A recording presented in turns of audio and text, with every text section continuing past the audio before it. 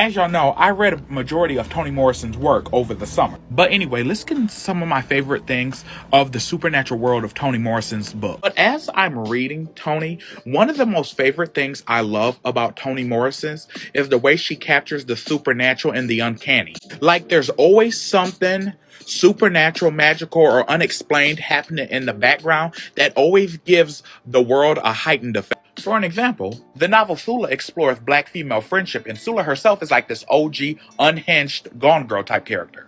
And within this novel, there are these background characters called the Deweys. It's three boys who Sula's grandmother takes in to her like boarding house. They're orphans, and I don't even know if they're the same race, but I know they're like 2 to 3 years in between them, and Sula's grandmother decides to name them all the Deweys. And even before they get into Sula's grandmother's Ava's house, they're not related, they're just orphan children. And despite them all being different ages, he puts them all in the same grade for school, and over time, people in the community say they all start to look alike. And then you realize these boys just never grow up. They stay in like this Peter Pan syndrome. And as the three becomes one, they just don't grow up. They physically stay youthful children, I guess, stuck in time. And if I remember it correctly, these boys are somewhat like agents of chaos because every time they come around, something bad happens.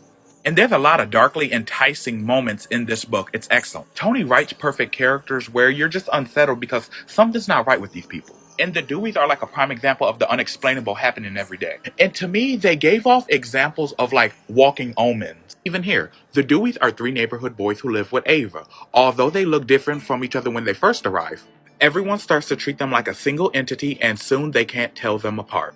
I just love weird shit like that. And also, I can also see how the boys' identity of the 3 becoming one in Ava's house is like a rebirth too, to an extent. Them all being somewhat like orphans, not being wanted by their original families. They tend to leave their old identity behind, and they take on the identity of the people who accept them.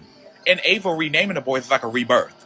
And the trauma of not being wanted by your OG original family is trauma in itself, and a lot of people mentally stay at that age where they were first traumatized. So maybe through the unexplainable, their body and mind halted at the age they were traumatized, which is why everybody around them grows older but them.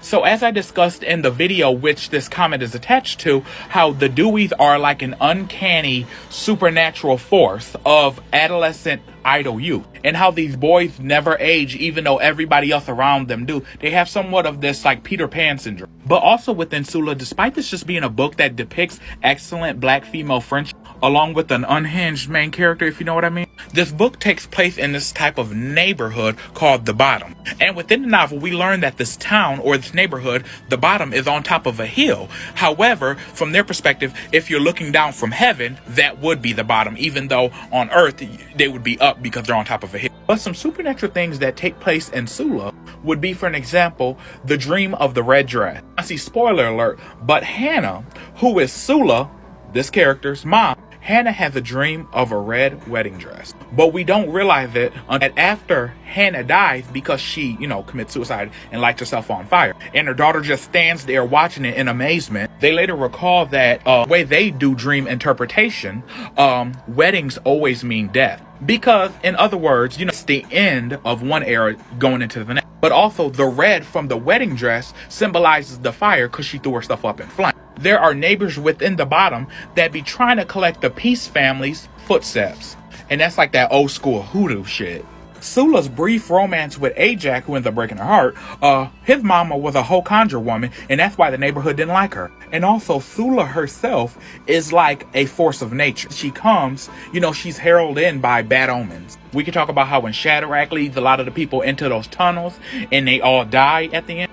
How, like the Deweys, their bodies are never found or recovered and they just go missing, like the mysterious force that they are. In Paradise, some of the women in the convent, they practice, the Afro-Brazilian spirituality practice of candomblé, where they do like, this type of scream healing.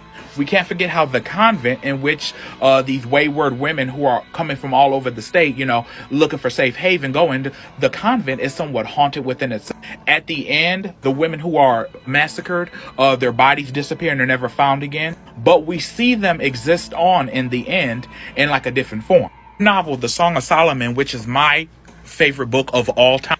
The Song of Solomon expands on the myth of the flying Africans who would fly off the plantation and back to Africa, legend says. And of course, you know, when you get into the myth of the flying Africans, a lot of it is like metaphors for escapism. But one thing that's always been known, and she said this in an interview, that nobody ever really saw it, but everybody knew somebody who saw it, and nobody ever downright said, oh, that didn't happen, because a lot of strange shit happened back then.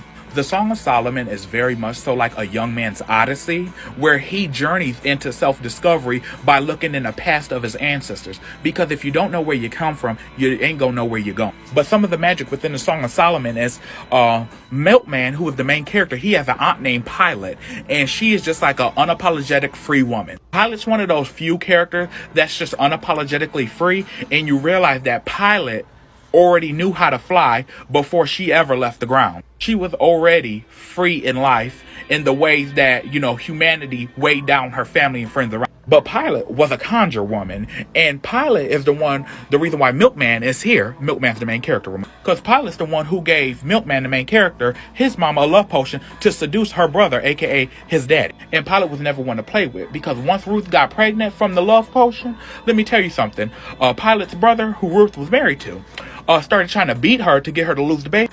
Pilot set him up with a little puppet in his office, like a voodoo doll. And see, since Pilot's brother knew what they knew and they grew up together, he knew not to play with it. And it took him 9 days to fully burn that little doll because he knew what it could do. I believe Milkman was born with a veil, which is why him and Pilot can see spirits of the dead, and the veil is lifted up from there. I love it. Has so much supernatural, you know. It's pretty much excellent executed ghost story. You know, we start off with a haunted house. We come back with a spirit returning from the dead, which, as we know, the spirit can be a metaphor for a whole bunch of things. Some people don't even think it was a spirit. At the end, the community comes together of black women together and do a mass exorcism on Beloved at the house, and she just disappears into nothing, which is why at the end, when Toni Morrison says, this is not a story to pass on. Because sometimes when that supernatural shit happens, sometimes just living it is enough. You don't need to give power to it by reiterating. And also within her first novel, I got like little hints and tone of that creepy ass dude, Soaphead Church. He comes off as like the healer of soul, but really ain't doing shit. But he's like one of those members that like through God's command, he can make miracles happen, but he ain't doing shit.